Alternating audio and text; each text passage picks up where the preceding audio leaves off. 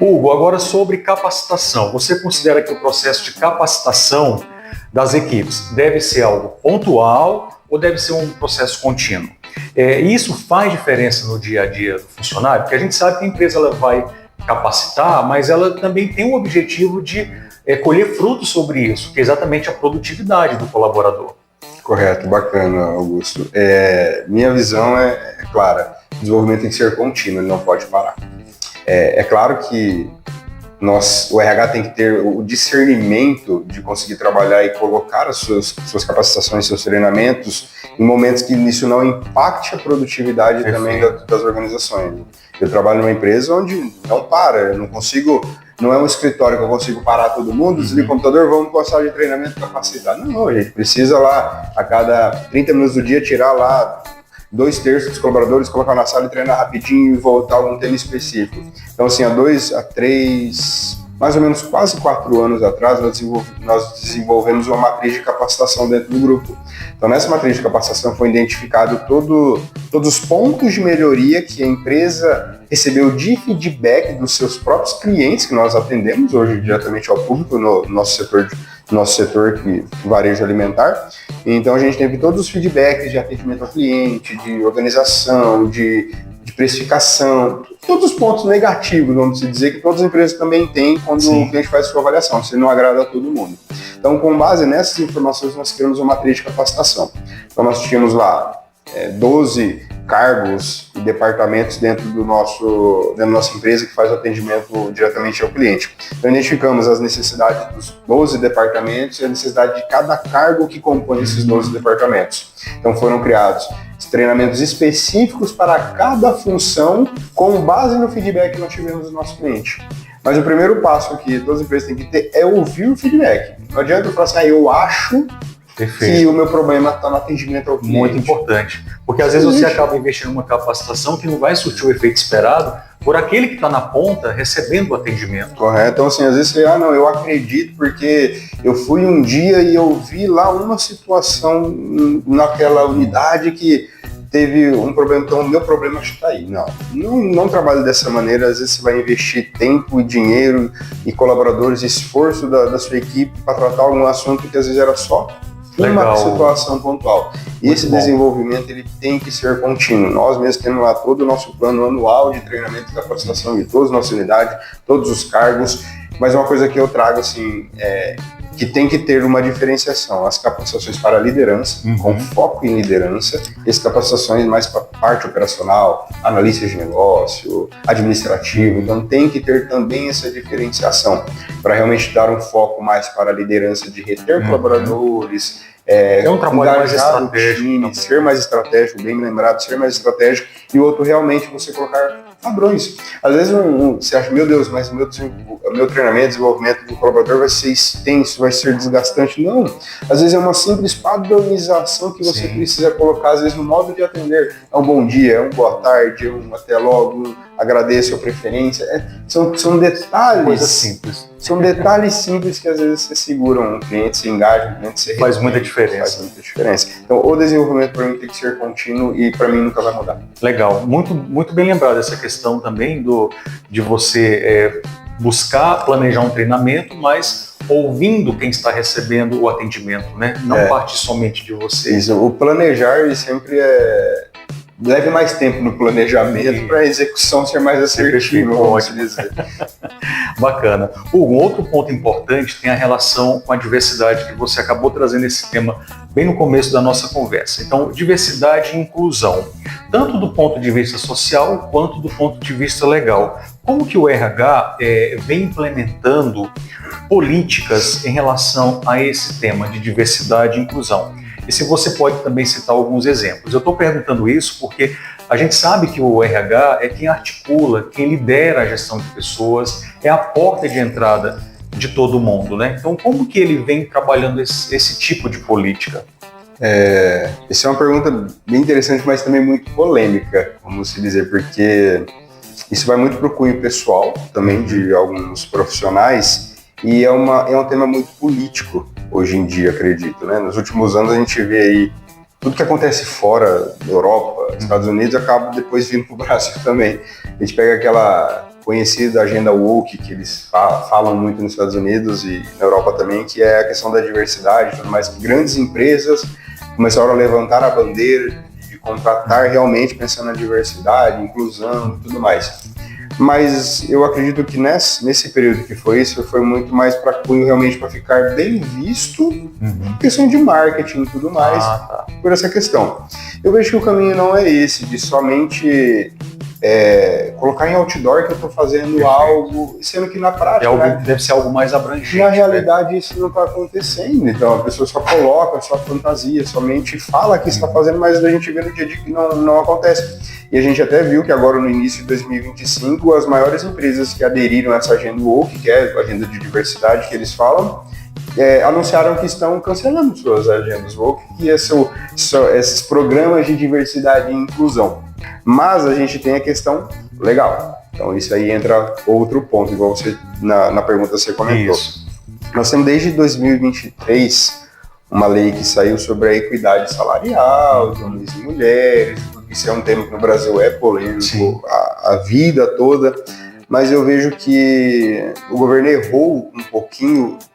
Ele acertou na lei, mas errou até com a abrangência que ela tem.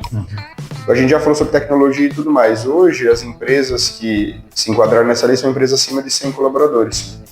Assim, para o público eu falo, empresas que têm acima de 100 colaboradores, hoje é praticamente impossível fazer coisa errada no que tange a direitos trabalhistas, porque as empresas são monitoradas 24 horas por dia. Então, tudo que eu faço na empresa, tudo que a empresa faz, é monitorado pelo governo. O governo sabe, né? Tudo, hoje não consegue se esconder. Eu não estou falando que empresas pequenas fazem coisa errada, não é isso, não entendo dessa maneira. Mas vamos te dizer, se fosse para ser mais fácil eu esconder algo do governo, uma empresa que não é monitorada é mais fácil fazer. E nessa lei que saiu, é somente as empresas acima de 100 colaboradores que precisam passar a cada 6 meses, se não me falha a memória, para o governo a questão da nossa equidade salarial, equiparação salarial entre homens e mulheres. E também, aí a gente tem a questão da legislação sobre pessoas com deficiência, que tem que ter um percentual que tem que estar dentro da organização, sobre menores aprendizes. Então, assim, hoje, a legislação abrange muito já essa necessidade e as empresas têm que trabalhar perante a legislação. Eu acho que as empresas que trazem muito isso à tona é mais voltado ao marketing mesmo. E às vezes eu fico assim, nossa, eu prefiro focar na realidade do que acontece, não tem que fazer pessoas ter diversidade de organização, não ter discriminação para você contratar, para capacitar, desenvolver pessoas, do que só ficar falando no marketing que é bonito que eu faço isso. Isso acho que é melhor a gente fazer do que falar, vamos dizer. Então, pelo jeito, é um tema realmente polêmico, no sentido assim que envolve muitas discussões e certamente continuará presente na vida do RH, né, Hugo? Totalmente. Porque tem, como você já apontou recentemente, tem questões também legais, então como lidar com tudo isso, como buscar preencher o quadro de colaboradores com essas exigências. Então, certamente é um desafio que vai continuar. Sim, mas infelizmente no radar do RH. Sim, vai conseguir, mas infelizmente existem empresas, pessoas ruins em todos os lugares, decisões ruins em todos os lugares, mas acredito que profissionais estão lutando para isso ser superado e isso não acontecer mais, como eu defendo muito isso daí. Bacana, muito bom. Outro ponto também que envolve a área de RH tem a ver com o trabalho remoto, né? Porque na época da pandemia, a gente sabe que as empresas, os profissionais tiveram que se adaptar, se reinventar com essa adoção de trabalho remoto ou híbrido, né? Um pouco remoto, um pouco presencial. Hoje podemos dizer que esse tipo de comportamento ou esse tipo de atividade, ela permaneceu, ela tem permanecido, se tornou uma tendência. Como que você, gestor de RH, tem visto isso, Hugo? Interessante. O trabalho home office, quando foi 2020, começou a pandemia, né? Março de 2020, se não me falha a memória. E até 6 meses, 7, 8 meses depois, quando saiu todas as medidas provisórias, de isolamento, de fechamento, somente mercado, farmácia, somente alguns setores do comércio poderiam estar abertos para atender o público em si, devido a todo o caos que aconteceu no mundo. Algumas empresas começaram a adotar aquilo que já é muito consolidado hoje fora do Brasil. pega Estados Unidos, Europa, tem muito esse trabalho. Conheço pessoas, amigos que moram fora, que trabalham de home office já há 10 anos, entendeu? Antes mesmo da pandemia. Antes mesmo da pandemia, principalmente no setor de tecnologia, que sempre foi o carro-chefe do home office. E no Brasil isso veio com muita força no começo, tanto é que teve muitas empresas que... São Paulo, na época teve uma matéria, se não me engano qual revista que foi, não me lembro qual revista que foi agora, digital, que a debandada de escritórios que foram cancelaram o aluguel, porque que começou a mandar todos os colaboradores para casa, primeiro devido à medida provisória que saiu lá na época, não podia trabalhar, então ninguém podia sair de casa, isolamento, e começaram a devolver esses escritórios para o pessoal começar a trabalhar de casa. Então houve essa adaptação muito grande pela necessidade. Então assim, teve todo aquele boom, 2020, 2021 e 2022. Eu acredito que 2022 foi ainda até o ápice dessa situação. Mas eu venho percebido que de 2023 para frente, as empresas começaram a colocar na balança o custo que isso seria para a empresa. Por quê? No Brasil, tudo acaba sendo difícil para o empresário. Infelizmente, o Brasil tem situações que, indiferente do governo, trazem muitas barreiras e dificuldades para o empresário em si. Onera muito, né? Demais. Então, por exemplo, vamos pegar um comparativo. Se eu tenho lá um colaborador lá nos Estados Unidos que eu contrato home office, ele vai trabalhar no home office, eu vou ter livre negociação de salário, eu pago o trabalho dele, vida que segue, né? Não tem uma CLT tão específica, tão detalhada, com tantos direitos lá, vamos dizer. Aqui no Brasil, se a empresa quer seguir 100% da legislação e precisa seguir 100% da legislação para não ter dor de cabeça lá no futuro, eu tenho algumas normas e leis que me atrapalham muito na questão de custo. Vou dar um exemplo. Nós temos o GNR17, que é uma norma regulamentadora, que trata sobre ergonomia. Então, para mim ter hoje um colaborador 100% dentro da legislação como home office, eu preciso encaminhar um técnico de segurança ou um ergonomista na casa desse colaborador, no cômodo que ele vai trabalhar para fazer todas as medições de iluminação, de ambiente, de ar-condicionado, de temperatura, de tamanho de cadeira, de mesa, não de postura. Não é simplesmente jogar o colaborador para casa e ligar o computador e começar a trabalhar. Por isso que eu falo, lá de 2020 a 2022, todo mundo fez isso. Vai para casa, trabalhar com o seu equipamento, com as suas coisas, tudo bem.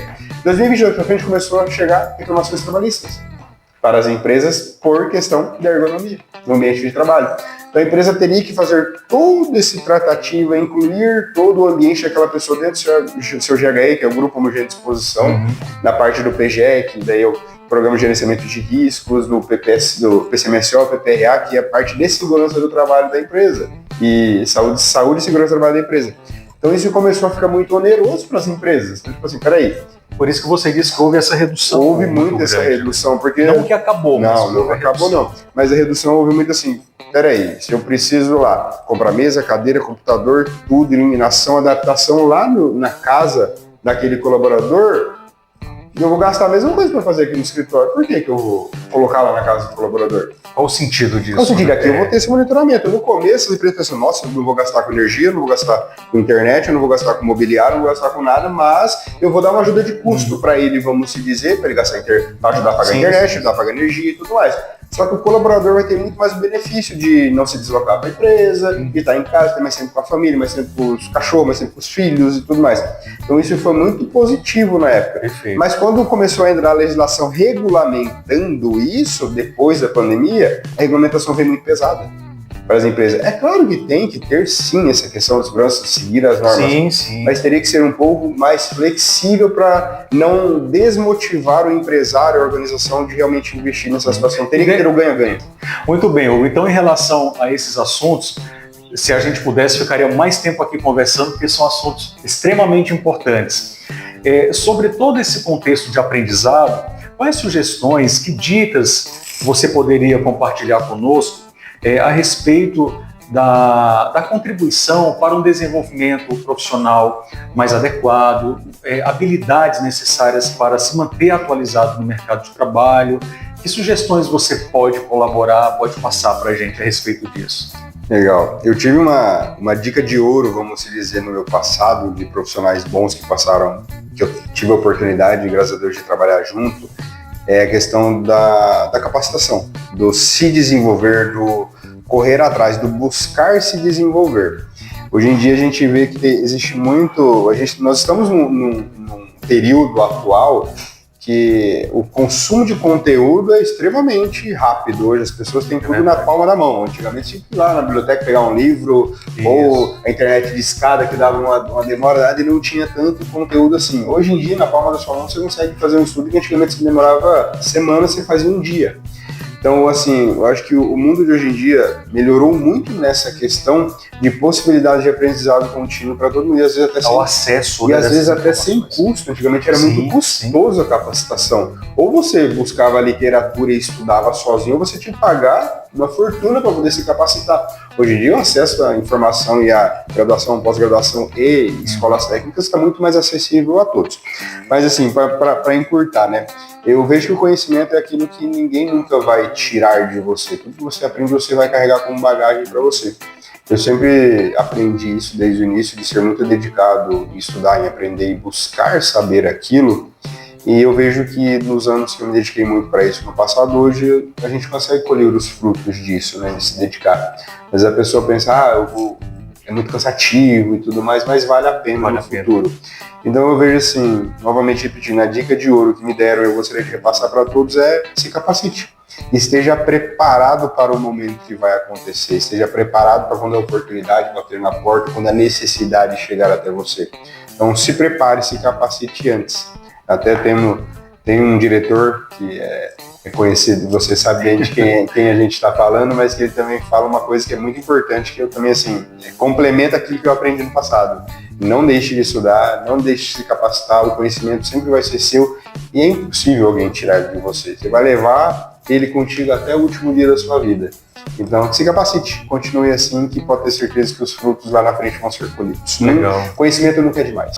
Você me fez lembrar de uma frase que diz que não há sorte, que na verdade é quando a preparação encontra a oportunidade. Perfeitamente. Então é exatamente isso, é você se manter preparado, mesmo que aquilo não esteja imediatamente à sua vista, mas pode ser que no futuro você precise daquele conhecimento, daquela habilidade. Perfeito essa colocação, mas muitas pessoas falam, a pessoa está lá, teve sorte na vida, teve sorte não na sabe carreira. dos bastidores. Ela só vê as pingas que eu bebo, não vê as covas que eu caio. Isso, ditado popular brasileiro, né? Então, assim, realmente acontece, muitas pessoas olham de fora, acham que foi sorte, né? Estava no momento certo, na hora certa, não. As pessoas se desafiaram, se capacitaram, buscaram, se desenvolveram, sofreram bastante para hoje estar colhendo alguns frutos que outros não se dispõem a sofrer esse período para no futuro conquistar. E você pode ter depois a tranquilidade de dizer, respeite a minha história. Respeite a minha história, isso mesmo. Hugo, muito obrigado pela sua presença. Eu que agradeço. Foi um bate-papo muito importante, muito esclarecedor. Tenho certeza que os nossos seguidores também gostaram muito. Certamente vão compartilhar, vão comentar também no vídeo. E eu também agradeço a você que está se inscrevendo, que está participando do nosso canal. É esse tipo de engajamento que está fazendo o nosso canal crescer. Muito obrigado mesmo. Até a próxima. Tchau, tchau, pessoal.